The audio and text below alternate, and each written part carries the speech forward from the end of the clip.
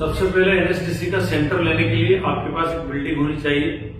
Building में कम से कम 3 कमरे हों। उन 3 कमरों में सबसे जो हॉल है नंबर 1 पे, उसकी लंबाई चौड़ाई 300 स्क्वायर फीट होनी चाहिए।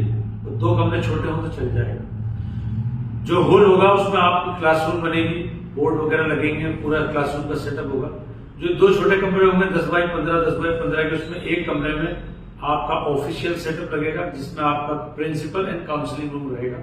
और दूसरा जो छोटा कमरा होगा उसमें आपकी एक लैब बनेगी संबंधित कोर्स से।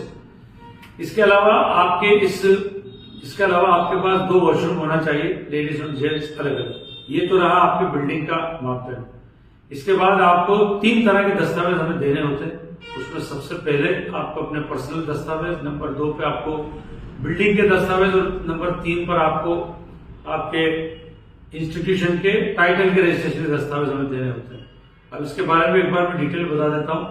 सबसे पहले आपको आपके पर्सनल डॉक्यूमेंट्स में 3 डॉक्यूमेंट्स हमें देने होते हैं, आपका फोटो, आपका आधार कार्ड, आपका पैन कार्ड। इसके बाद बिल्डिंग के दस्तावेज में 2 इलेक्ट्रिसिटी के पेड बिल, कोई भी, चाहे आपकी अपनी बिल्डिंग हो चाहे रेंट की बिल्डिंग हो, उसके 2 इलेक्ट्रिसिटी के पेड बिल आपको हमें देने होते हैं। नंबर 3 पर आपका टाइटल रजिस्टर्ड होना चाहिए। उसके लिए या तो आपके पास एनजीओ हो, या नंबर 2 पर आपके पास ट्रस्ट हो, या आपके पास कोई कंपनी रजिस्टर्ड हो, या फिर आपके पास एमएसएमई में आपका टाइटल रजिस्टर्ड हो।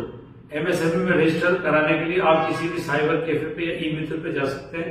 वहां जाकर आप अपने टाइटल को, जो भी आप टाइटल रखना चाहें, उसको रजिस्टर करा सकते हैं। वो टाइटल आपका सेम डे 1 घंटे में रजिस्टर्ड होकर वो आपको दिखेगा एंड टू एंड, और ज्यादा 100 रुपए आपको उसके लगते हैं।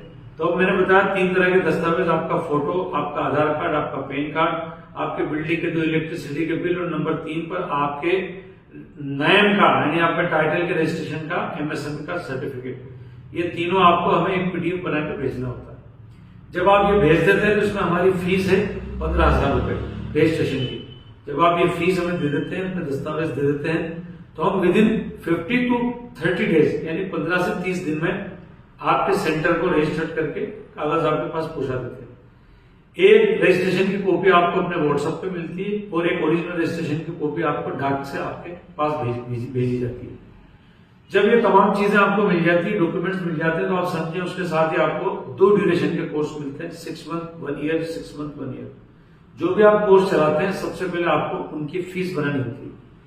जैसे फॉर एग्जाम्पल आपने 6 मंथ का कोई कोर्स बनाया, कोई कोर्स स्टार्ट किया, तो आपको उसकी फीस बनानी पड़ेगी। जैसे आपने फीस रखी 6,000 रुपए 6 महीने के कोर्स की, और आपने 1 ईयर के कोर्स की फीस रखी 10,000 या 12,000, जो भी आप रखते हैं। तो इसमें से एक छोटा सा फीस अमाउंट आपको हमें भी देना होता है। वो होता है पर स्टूडेंट 6 मंथ का 1,600 रुपए, और पर स्टूडेंट 1 ईयर का 2,000 रुपए। ये जो आप फीस हमें देते हैं 1,600 2,000, इसमें हम आपके लिए 3 काम करते हैं। नंबर 1, आपके बच्चों का असेसमेंट कराते हैं। नंबर 2, आपके बच्चों का एग्जाम कंडक्ट कराते हैं, जो आपके सेंटर पे होता है। नंबर 3, आपके बच्चों का सर्टिफिकेट इशू करते हैं एनएसडीसी के साथ मिलकर।